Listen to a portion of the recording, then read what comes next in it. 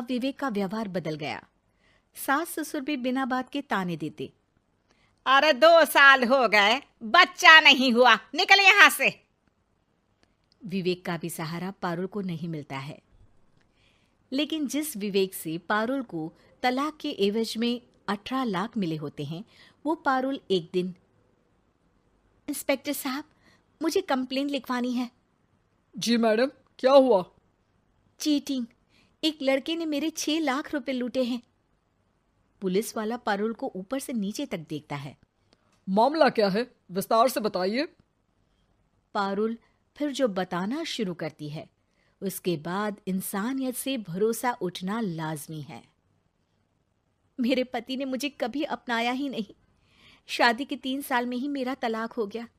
मैं नहीं चाहती थी कि मैं उनसे एक भी पैसा लूं, लेकिन वकील और मेरे माता पिता ने उनसे 18 लाख की रकम ली। फिर क्या हुआ? क्या वो पैसे उसने वापस ले लिए? नहीं, उन्होंने तो उसके बाद मुझसे कभी कांटेक्ट भी नहीं किया। फिर? किसी डेटिंग साइट से मुझे आनंद नाम का एक लड़का मिला। उसके साथ मुझे लगा कि मैं दोबारा जिंदगी बना सकती हूँ।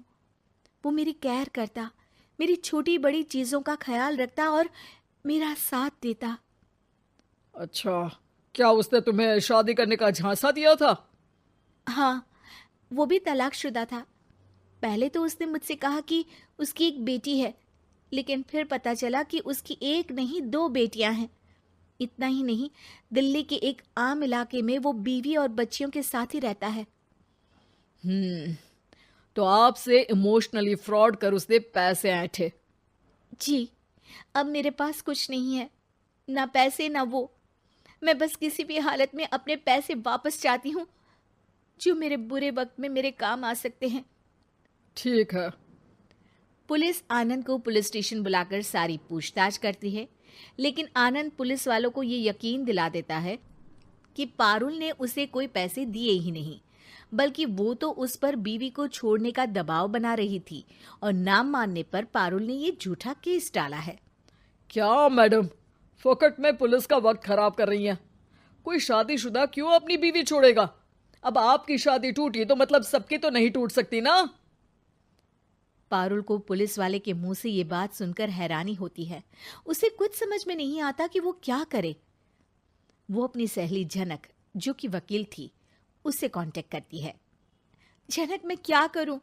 मैं कैसे पुलिस को यकीन दिलाऊं कि आनंद ने मेरे साथ ना सिर्फ शारीरिक और मानसिक चीट किया है, बल्कि आर्थिक तौर पर भी वो मुझे खाली कर गया है।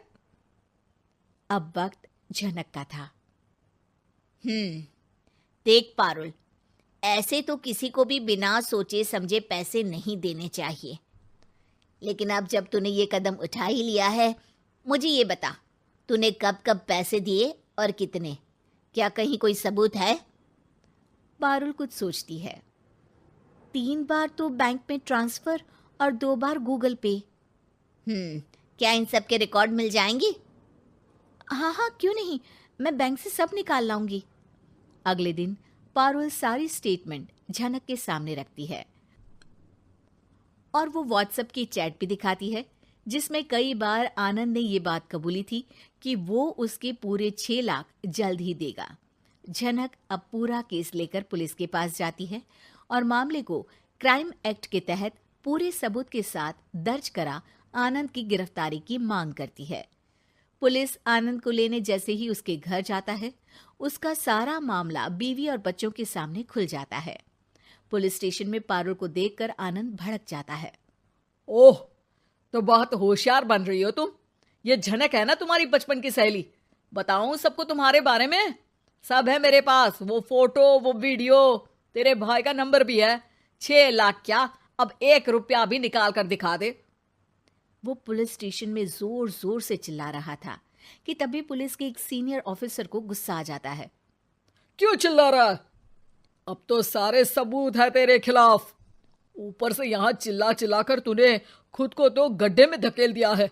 जल्दी बता, लड़की के पैसे लौट आता है या फिर? आनंद डर जाता है। तभी उसकी बीवी और बच्चे पुलिस स्टेशन में आकर पारुल के पैसों का बैग देते हैं। मेरे पति को माफ कर दीजिए, प्लीज, उन्हें पुलिस से बचा लीजिए, मेरे छोटे बच्चे हैं, ये कैसे रहेंगे? होता भी यही है। पारुल केस वापस ले लेती है, लेकिन उस सबक के साथ कि इमोशनल होकर किसी को भी अपना पैसा नहीं देना चाहिए। झूठ बोलकर रिश्ते कभी ना बनते हैं और ना ही निभते हैं।